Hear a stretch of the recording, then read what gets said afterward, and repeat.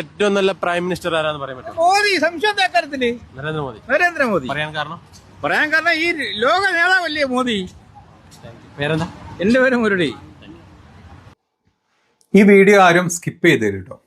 അതായത് ഈ വീഡിയോയിൽ ഞാൻ വെറുതെ ഈ സംഖ്യകളെ തെറി പറയാനോ കുറ്റം പറയാനൊന്നുമല്ല. നമ്മൾ ഉത്തരേന്ത്യയിലോട് പറയാനല്ലേ സംഘഭക്തർ എങ്ങനെയാണ്, അല്ലെങ്കിൽ മോദി ഭക്തരുടെ ഒരു സ്റ്റാൻഡേർഡ് ഒക്കെ നമ്മൾ സംസാരിക്കാറില്ലേ.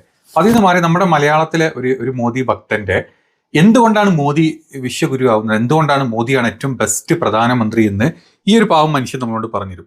ഒരു സംഘഭക്തനാണ്, ഒരു മോദി ഭക്തനാണ്, നമുക്ക് എല്ലാവർക്കും അറിയാം. കുറ്റം പറയില്ല. പക്ഷെ എങ്ങനെയാണ് ഈ സംഘപരിവാർ മോദിനെ മാനിപ്പുലേറ്റ് ചെയ്തിട്ട് നമ്മുടെയൊക്കെ മുമ്പിലോട്ട് ഇട്ട് തരുന്നതെന്ന് ഈ പാവത്തിന്റെ വാക്കുകൾ നമുക്ക് മനസ്സിലാവും. അതേ സ്ഥാനത്ത് കൂടെ കൈ പിടിച്ച് കൂടെ നിൽക്കുന്ന ഒരു സുഹൃത്തുണ്ട്. അങ്ങനെ എനിക്ക് ഈ വീഡിയോ മനസ്സിലാവുന്നത് നമ്മുടെ കേരളത്തിലെ വ്യത്യാസമാണത്. അതായത് നമ്മുടെ ഉത്തരേന്ത്യയിൽ ഇതേപോലെ ഒരു സംഘിയും അല്ലെങ്കിൽ ഒരു സംഘിനെ എതിർക്കുന്ന ഒരാളും ഇങ്ങനെ നടക്കാൻ പറ്റില്ല.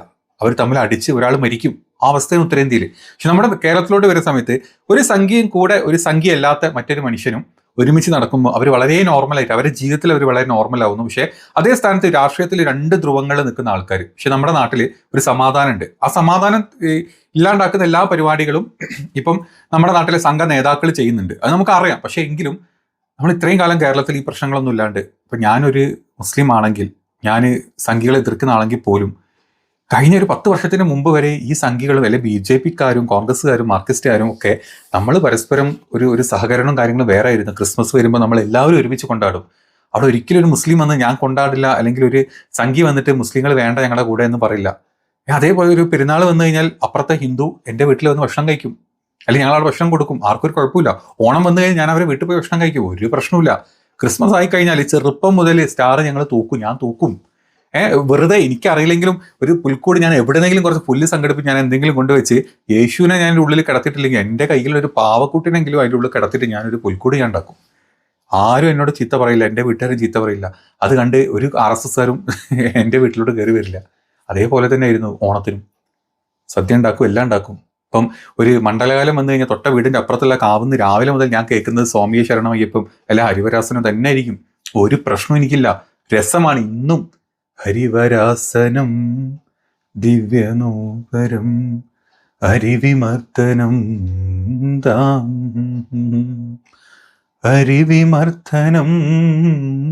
ഇതുപോലെ പാടാൻ ഇപ്പോഴും പണ്ട് കേട്ട ആ ഒരു വരികൾ ഇപ്പോഴും എനിക്കറിയാം. സ്വാമിയെ ശരണമയ്യപ്പ എന്നുള്ള പാട്ട് ഞാൻ ഇന്നും കേട്ട് കഴിഞ്ഞാൽ എനിക്ക് എൻ്റെ ഓരോ ജസ്റ്റ് കേൾക്കുമ്പോൾ എനിക്ക് ഓരോ വരികൾ എനിക്ക് അറിയാൻ പറ്റും. അതുപോലെ തന്നെ കല്ലും മുല്ലും സ്വാമിക്ക് ഞാൻ ഇന്നും അതെനിക്ക് മനസ്സിലാവും. പൊന്മല നമ്മുടെ പുണ്യമല, പമ്പ നമ്മുടെ പുണ്യനദി. ഇതുപോലത്തെ ഒരു 100 കണക്കിലെ പാട്ട് പറഞ്ഞു കഴിഞ്ഞാൽ ഇപ്പോഴും എനിക്കറിയാം. ഞാൻ ആ പാട്ട് പാട്ടുകൊണ്ട് ഞാൻ അത് വിശ്വസിച്ച് പോകുന്ന ഒരാളല്ല.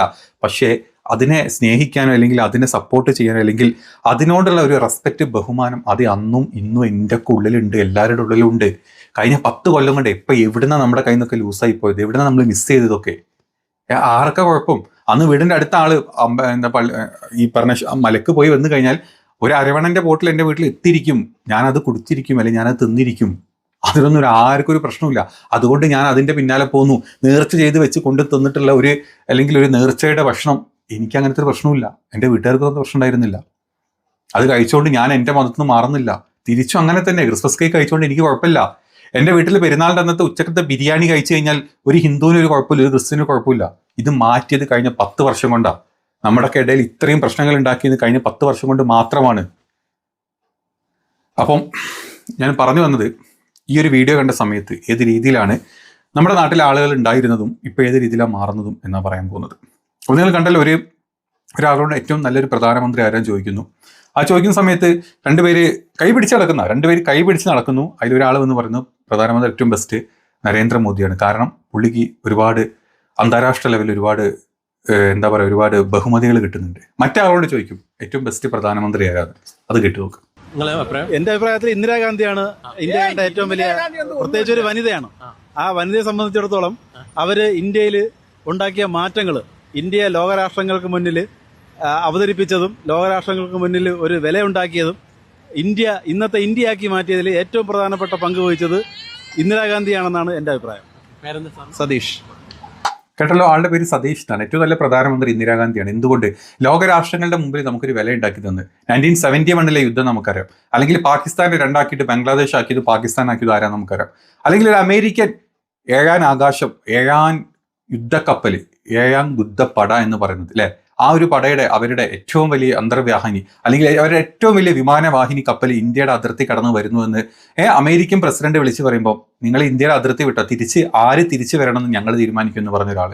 അതുപോലെ ഒരുപാട് വലിയ വലിയ ലോക നേതാക്കളുടെ ഇടയിൽ ഏറ്റവും വലിയ ഉരുക്ക മനുഷ്യയായിട്ടുള്ള ആള് നമ്മൾ കണ്ടിട്ടുണ്ട് പഴയ വീഡിയോ. അത് മാത്രമല്ല, കാർഷിക രംഗത്തുള്ള എന്താ പറയാ രംഗത്തുള്ള ഒരുപാട് ചേഞ്ചസുകൾ, പ്രത്യേകിച്ച് നമ്മൾ പറയുന്നത് സാമ്പത്തിക പരിഷ്കാരങ്ങൾ, ബാങ്കിന്റെ ദേശവൽക്കരണത്തിനെ പറ്റിയുള്ള കുറെ നിയമങ്ങൾ, അതുപോലെ തന്നെ മറ്റേ പ്രൈവറ്റ് പേഴ്സൺ നിർത്തൽ, അത് നമ്മൾ രാജകുടുംബങ്ങൾക്ക് നൽകിക്കൊണ്ടിരിക്കുന്ന ആനുകൂല്യങ്ങളും കാരണങ്ങളും നിർത്തലാക്കിയിട്ടുള്ള എല്ലാം പൊതുജനങ്ങൾക്കാണ് തീരുമാനിച്ചിട്ടുള്ള ആള്. അതുപോലെ പ്രതിരോധം, വിദേശ നയങ്ങൾ, എത്രയോ വിദേശ നയങ്ങളും പ്രതിരോധ നയങ്ങളും നമ്മുടെ ഇന്ത്യയിൽ ഏറ്റവും ബെസ്റ്റ് ആക്കി എടുത്തിട്ടുള്ള ആള്. ആണവ പരീക്ഷണം 1974 നമുക്കെല്ലാവർക്കും പൊക്രാനിലുള്ള ഇന്ത്യയുടെ ആദ്യത്തെ ആണവ പരീക്ഷണം, അതുപോലെ തന്നെ ശാസ്ത്രവും ബഹിരാകാശവും ISROയുടെ വളർച്ചയിൽ ഒരു മുഖ്യ പങ്ക്, ഇങ്ങനെ ഒരു 100 കാര്യങ്ങൾ കൊണ്ടുവന്നിട്ടുള്ള നമ്മുടെ ഉരുക്ക് വനിത എന്നറിയപ്പെടുന്ന ഇന്ദിരാഗാന്ധിയുടെ പരിഷ്കാരങ്ങളെ പറ്റി പുള്ളിക്ക് അറിയുന്നതുകൊണ്ടാണ് പുള്ളി അത്രയും പറഞ്ഞത്.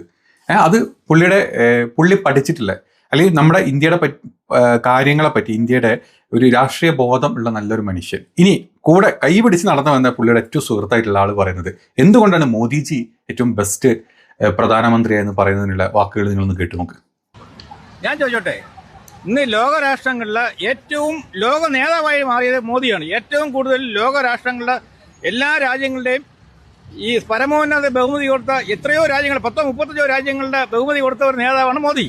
അത് ലോക നേതാവാണ്. ഇന്ദിരാഗാന്ധി ഒരു ലോക നേതാവല്ല, ഇന്ത്യയുടെ നേതാവായിരുന്നു. ഓക്കെ, പക്ഷേ മോദി ലോക നേതാവാണ്. ഇന്ദിരാഗാന്ധി ലോക നേതാവായില്ല. ഇന്ത്യയുടെ ഒരു നല്ല ഭരണാധികാരിയായിരുന്നു. ഓക്കെ, പക്ഷേ മോദി ഒരു ലോക നേതാവാണ്. അത് നമ്മൾ മനസ്സിലാക്കണ്ടേ? അത് വേണം, അങ്ങനെയാണ് മനസ്സിലാക്കാനുള്ളത്. ഓക്കെ, കണ്ടോ നിങ്ങള്, മോദി ലോക നേതാവാണ്. ഇന്ദിരാഗാന്ധി പക്ഷേ ഇന്ത്യയുടെ ഏറ്റവും നല്ല ഭരണാധികാരിയായിരുന്നു. ആളതിനെ സമ്മതിച്ചില്ല. ഇന്ത്യയുടെ ഏറ്റവും നല്ലൊരാളായിരുന്നു ഇന്ദിരാഗാന്ധി, പക്ഷേ മോദി ലോക നേതാവാണ്. കാരണം എന്താ? മോദിക്ക് ലോക നേതാവിൽ 35ഓളം രാജ്യങ്ങളിൽ നിന്ന് പരമോന്നത ബഹുമതികൾ കിട്ടി. മോദി അങ്ങോട്ട് റിക്വസ്റ്റ് ചെയ്ത് പോകുന്ന വലിയ വലിയ എന്താ പറയുക മീറ്റിങ്ങുകളിൽ മോദിക്ക് അവിടുത്തെ പരമോന്നത ബഹുമതികൾ കൊടുത്തു. എന്തിന്? അത് ഒരു വലിയ രാജ്യത്തെ ഒരു ഭരണാധികാരി വരുന്ന സമയത്ത് കൊടുക്കുന്ന പരമോന്നത ബഹുമതി മാത്രമാണ്. എന്നിട്ടോ നമ്മുടെ ഫോറിൻ പോളിസീസ് എന്താണ്? അമേരിക്കയായിട്ടുള്ള പോളിസീസ് എന്താണ്? മോശമാണ്. ചൈനയായിട്ടുള്ളത് എന്താ? മോശമാണ്. ഇന്ത്യയുടെ അയൽരാജ്യത്തെ ഏത് നിങ്ങൾ എടുത്തോ, എല്ലാം ഇന്ത്യ മോശമായിട്ടാണ്. എത്ര ഡീലിങ്സ് ഇന്ത്യ നടത്തി? താരിഫായിട്ടും റഷ്യൻ ക്രൂഡ് ഓയിൽ ആയിട്ടും നമ്മൾ എന്ത് ചെയ്തു? നമ്മളെല്ലാം കൈവിട്ടു. നമ്മുടെ നിന്നെല്ലാം പോയി. വലിയ ഫോട്ടോസ് എടുക്കുന്നു, വലിയ എന്താ പറയുക ആൽബങ്ങൾ ഉണ്ടാക്കുന്നു, വലിയ സ്ഥലത്ത് പോയിട്ട് കുറെ പോസ്റ്റുകൾ ചെയ്യുന്നു, 10 ക്യാമറാമാൻമാർ മോദിയുടെ കൂടെ പോകുന്നു, ഫോട്ടോസ് എടുക്കുന്നു, പരമോന്നത ബഹുമതികൾ കിട്ടുന്നു. അവിടെ തീർന്നു മോദി. അതിൻ്റെ അപ്പുറത്തോട്ട് മോദിക്ക് ഒന്നുമില്ല. മോദി യുദ്ധം നിർത്തുന്നു. പല PR വർക്കുകളും മോദിക്കെതിരെ ചെയ്തു. റഷ്യ ഉക്രൈൻ യുദ്ധം മോദി നിർത്തിയോ? ഇല്ല. അതല്ലെങ്കിൽ പലസ്തീൻ ഇസ്രായേൽ യുദ്ധം മോദി നിർത്തും എന്നായിരുന്നു PR. മോദിക്ക് എന്തെങ്കിലും ചെയ്തോ? മോദി ഒന്നും ചെയ്തില്ല. മോദി ഇവിടെ ഇരുന്നിട്ട് 4 പോസ്റ്റ് ഇട്ടു. നിങ്ങൾ ഏത് യുദ്ധങ്ങൾ നിങ്ങൾ എടുത്തോ, സുഡാൻ യുദ്ധങ്ങൾ നിങ്ങൾ എടുത്തോ, അല്ലെങ്കിൽ പശ്ചിമേഷ്യ യുദ്ധങ്ങൾ നിങ്ങൾ എടുത്തോ, മോദിയുടെ പേര് സംഘ ചാനലുകളിലും എന്താ പറയുക ഒരുപാട് വാട്സപ്പ് യൂണിവേഴ്സിറ്റികളിലും മോദിയുടെ എന്താ പറയുക മോദി തോക്ക് പിടിച്ചത്, മോദി തോക്ക് കാണിക്കുന്നത് നിങ്ങൾ ഒരുപാട് വീഡിയോസ് വന്നു. മോദി ഒരു ചുക്കും ചെയ്തിട്ടില്ല. വിശ്വഗുരു എന്നും പറഞ്ഞ് നടക്കുന്ന മോദി വിശ്വ ചക്കക്കുരു മാത്രമാണ്. അതായത് ചക്കക്കുരു എന്ന് പറഞ്ഞാൽ വെറുതെ നമുക്ക് കറി വെച്ച് കൂട്ടാൻ കഴിക്കുന്ന ഒരു സാധനം മാത്രമാണ് ചക്കക്കുരു. അതിൻ്റെ വില പോലും മോദിക്ക് വിശ്വത്തിലില്ല എന്നുള്ളത് പാവപ്പെട്ട ഈ പാവം സംഖ്യകൾക്ക് അറിയില്ല. അപ്പം ഇന്ത്യയുടെ പ്രധാനമന്ത്രി, ഏറ്റവും ബെസ്റ്റ് പ്രധാനമന്ത്രി ആരാ? മോദി. കാരണം എന്താ? മോദിക്ക് ലോക രാജ്യങ്ങളിൽ നിന്നും ബഹുമതികൾ കിട്ടുന്നു. അല്ലാണ്ട് മോദിയുടെ ഫോറിൻ പോളിസി സീറോ. ഇന്ത്യയുടെ 60 വർഷം കൊണ്ട്, അല്ലെങ്കിൽ സ്വാതന്ത്ര്യം കിട്ടിയ അന്ന് ഡോളറിന് 3 രൂപ എന്നുള്ള രീതിയിൽ നിന്ന് ഇന്ത്യയുടെ ഇന്നത്തെ അവസ്ഥ ഡോളറിന് 91 രൂപ എത്തിച്ചു. കഴിഞ്ഞ 60 വർഷം കൊണ്ട് കോൺഗ്രസും BJPയും മാറി ഭരിച്ച പല സമയങ്ങളിലും ഉണ്ടായിരുന്നു. 1-2 വട്ടം BJPക്ക് ഭരണം കിട്ടിയെങ്കിലും രൂപ 58-59 രൂപ എത്തിയ സമയത്ത് വെറും 10 വർഷം കൊണ്ട് അവിടുന്ന് 91 രൂപ എത്തിക്കാൻ, ഡോളറിന് 91 രൂപ ഇന്ത്യൻ രൂപ എത്തിക്കാൻ മോദിയെ കൊണ്ട് കഴിഞ്ഞു. ഇത് ചോദിച്ചു കഴിഞ്ഞാൽ സംഖ്യകൾക്ക് അറിയില്ല. ചരിത്രം അറിയാത്ത സംഖ്യകൾക്ക് ഇതിനെപ്പറ്റി പറയാൻ അറിയില്ല. GDP എന്ന് പറയും. GDPയുടെ 60% ഇപ്പറഞ്ഞ അംബാനിക്കും അദാനിക്കും, മറ്റ് 10% 2% വരുന്ന മുതലാളിമാർക്ക് മാത്രമാണ് എന്നുള്ളത് ഈ പാവം സംഖ്യകൾക്ക് അറിയില്ല. പെർ ക്യാപിറ്റ ഇൻകം അല്ലെങ്കിൽ പെർ ക്യാപിറ്റ GDP എത്രയും ചോദിച്ചു കഴിഞ്ഞാൽ എന്താന്ന് പോലും സംഖ്യകൾക്ക് അറിയില്ല. ഈ പറഞ്ഞ സംഖ്യകൾ ഇന്നും പട്ടിണിയാണ്. വിദ്യാഭ്യാസപരമായിട്ടും സാമ്പത്തികപരമായിട്ടും സാമൂഹ്യപരമായിട്ടും നിങ്ങൾ എന്തെടുത്തു കഴിഞ്ഞാലും സംഖ്യ എന്നും പിന്നോക്കത്തിൽ നിൽക്കുന്ന ഒരു മനുഷ്യന്മാരാണ്. അവർക്ക് മറ്റുള്ള മതക്കാരും മറ്റുള്ള ജാതികളും ഈ രാജ്യത്ത് നല്ല നല്ല വിദ്യാഭ്യാസം നേടുന്നു, നല്ല നല്ല ബിസിനസ്സുകൾ ചെയ്യുന്നു, പൈസ ഉണ്ടാക്കുന്നു. അതിൻ്റെ അപ്പുറത്തോട്ട് അവർക്ക് അറിയില്ല. അവർ ഇന്നും ചാണകം തിന്ന് പശുമൂത്രം കുടിച്ചിട്ട് ഈ പറഞ്ഞ മോദിക്ക് വേണ്ടിയിട്ട്, ഈ പറഞ്ഞ യോഗിക്ക് വേണ്ടിയിട്ടും ജയ് വിളിച്ചിട്ട് വെറും തെരുവ് ഗുണ്ടകളായിട്ട് മാറിപ്പോകുന്ന വെറും ഒരു കൂട്ടം മാത്രമാണ് സംഘികൾ. കൂട്ടത്തിൽ നിന്ന് ചില ആളുകൾ നേതാക്കന്മാരായിട്ട് വരും. അവർ പൈസ ഉണ്ടാക്കും, അവർ പൈസ വീർപ്പിക്കും, അവരുടെ കുടുംബം രക്ഷപ്പെടും. അതല്ലാണ്ട് സംഖ്യ എന്നും പരമസംഖ്യ തന്നെ. ഈ പാവപ്പെട്ട മനുഷ്യനും ഒരു പരമസംഖ്യയായിരിക്കും, പ്രത്യേകിച്ച് എവിടെ എത്തിയിട്ടുണ്ടാവില്ല. പക്ഷേ എങ്കിലും നമ്മുടെ നാട്ടിലോട്ട് വരുമ്പോൾ, കേരളത്തിലോട്ട് വരുമ്പോൾ ഈ രണ്ട് സംഖ്യയായിട്ടുള്ള ആ മനുഷ്യനും കൂടെ സതീഷ് എന്ന് പറഞ്ഞിട്ടുള്ള മറ്റേ ഇത് മോഹൻ എന്നയാളെ പേര്, അതെ അപ്പുറത്തെ ആൾ സതീഷ് എന്ന് പറഞ്ഞിട്ടുള്ള ആള്, രണ്ടുപേരും രണ്ട് വ്യൂ ചിന്തിക്കുന്ന ആളാണ്. ഇന്ദിരാഗാന്ധി എന്ത് ചെയ്തു എന്ന് പറ്റേ പുള്ളി കറക്റ്റായിട്ട്. പക്ഷെ മോദി എന്ത് ചെയ്തു ചോദിക്കുമ്പോൾ മോദിക്ക് വലിയ വലിയ ബഹുമതികൾ കിട്ടി എന്ന് മാത്രം പറയാൻ പറ്റുന്ന ഒരു അത്രയും ചിന്ത, അത്രയും എന്താ പറയുക ബുദ്ധി വളർച്ച മാത്രമേ ഉള്ളൂ എന്നുള്ളതാണ് നമ്മൾ ചിന്തിക്കേണ്ടത്. സംഘിയുടെ ബുദ്ധി വളർച്ച നിങ്ങൾ അങ്ങ് എന്താ പറയുക മറ്റേ ഹരിയാനയിലോട്ട് നോക്കൂ, യു പിയിലോട്ട് നോക്കൂ, അല്ലെങ്കിൽ അങ്ങോട്ട് നോക്കൂ ഒന്നും പറയണ്ട. കേരളത്തിൽ നോക്കിക്കഴിഞ്ഞാൽ നിങ്ങൾക്ക് മനസ്സിലാവും. കേരളത്തിൽ നോക്കിക്കഴിഞ്ഞാലും സംഘിയുടെ വളർച്ച ഇത്രയേ ഉള്ളൂ. അല്ലെങ്കിൽ ഇത്രേ ചിന്തിക്കാനുള്ളൂ, ഇത്രേ എന്താ പറയുക അവരുടെ മെൻ്റൽ ഒരു വളർച്ച എത്തിയിട്ടുള്ളൂ നിങ്ങൾ മനസ്സിലാക്കണം. അപ്പം യോഗി എന്ത് ചെയ്തു, അല്ല സോറി മോദി എന്ത് ചെയ്തു, അപ്പം മോദി എന്ത് ചെയ്തു, ഇന്ദിരാഗാന്ധി എന്ത് ചെയ്തു എന്നറിയണമെങ്കിൽ ചരിത്രം അറിയണം, നമ്മുടെ രാജ്യത്തിനെ പറ്റി അറിയണം. അതല്ലാണ്ട് രാജ്യത്തിനെ പറ്റി ഒന്നും അറിയില്ല, ഈ പറഞ്ഞ സ്വാതന്ത്ര്യ സമരത്തിലൊന്നും ഞങ്ങൾ ഭാഗമായിട്ടില്ല എങ്കിലും ഞങ്ങൾ ഇന്ന് ചരിത്രം ഉണ്ടാക്കാൻ വേണ്ടി ഞങ്ങൾ ഗാന്ധിജിൻ്റെ പേര് ഞങ്ങൾ വെട്ടും, അല്ലെങ്കിൽ നമ്മുടെ മുഗൾ ഭരണാധികാരിയുടെ പേര് ഞങ്ങൾ വെട്ടും, ഞങ്ങളവിടെ ഷൂ നക്കികളുടെ പേര് ഞങ്ങൾ കൊണ്ടുവരും. അതല്ലെങ്കിൽ ആളുകളെ പറ്റിച്ച് കഴിഞ്ഞ 10-11 വർഷമായിട്ട് രാജ്യം ഭരിക്കുന്ന വോട്ട് കള്ളത്തരത്തിൽ കൂടി മറ്റു പല കള്ളത്തരത്തിൽ രാജ്യം ഭരിക്കുന്ന മോദിയുടെയും യോഗിയുടെയും പേര് ഞങ്ങൾ കുത്തിക്കയറ്റും എന്ന് മാത്രം ചിന്തിക്കുന്ന ആളുകളാണ് നമ്മൾ ഈ കണ്ടുകൊണ്ടിരിക്കുന്നത്. പക്ഷെ നമ്മുടെ കേരളത്തിൽ ഈ രണ്ട് കൂട്ടരും ഒരുമിച്ച് നടക്കുന്നു, കൈകോർത്ത് നടക്കുന്നു. അത് വലിയൊരു കാര്യമാണ്. അതാണ് ഞാൻ തുടക്കത്തിലേ പറഞ്ഞത്, നമ്മുടെ രാജ്യം, നമ്മുടെ കേരളം ഇത്ര നല്ലതായിരുന്നു, അത് ഏത് രീതിയിലോട്ട് മാറ്റപ്പെടുന്നു. ക്രിസ്മസ് കൊണ്ടാടി കഴിഞ്ഞാൽ ആളുകളെ അടിച്ചു കൊല്ലും, അല്ലെങ്കിൽ അവൻ കള്ളുപിടിച്ചിട്ടാണ് ക്രിസ്മസ് കരോൾ ചെയ്തതെന്ന് പറയുന്ന BJP നേതാക്കളാണ് നമ്മുടെ കൂട്ടത്തിലുള്ളത്. ആ കൂട്ടത്തിൽ ക്രിസംഗികളും മുസംഗികളും സംഘികളും മെച്ചിലുകളും എല്ലാം വരുന്നുണ്ട്, ആരും മിസ്സാകുന്നില്ല. ഇനിയൊരു സമയത്ത് ഓണാഘോഷം വന്നു കഴിഞ്ഞാൽ ആ ഓണം ആഘോഷിക്കേണ്ട എന്ന് പറയുന്നത് അത് മുസ്ലിങ്ങളാണെങ്കിലും ക്രിസ്ത്യാനികളാണെങ്കിലും അതൊരിക്കലും നമ്മൾ അങ്ങനെ അല്ലായിരുന്നു. കഴിഞ്ഞ 10 വർഷം നമ്മൾ അങ്ങനെ അല്ലായിരുന്നു. അത് ചിന്തിച്ചാൽ മതി. അതുതന്നെയാണ് ഏതൊരു സംഭവത്തിൽ വന്നു കഴിഞ്ഞാലും എങ്കിലും ഞാൻ പറഞ്ഞു പോകണം. അപ്പം നമ്മൾ പണ്ട് എങ്ങനെയായിരുന്നു അതുപോലെ നമ്മൾക്ക് ആവാൻ പറ്റും എന്നുണ്ടെങ്കിൽ ഈ കാണുന്ന ആർക്കെങ്കിലും ഒരു 2014 മുമ്പ് നമ്മൾ എങ്ങനെയായിരുന്നു അതുപോലെ ആവാൻ ശ്രമിക്കാൻ പറ്റുമെങ്കിൽ നിങ്ങൾ ശ്രമിക്കുക.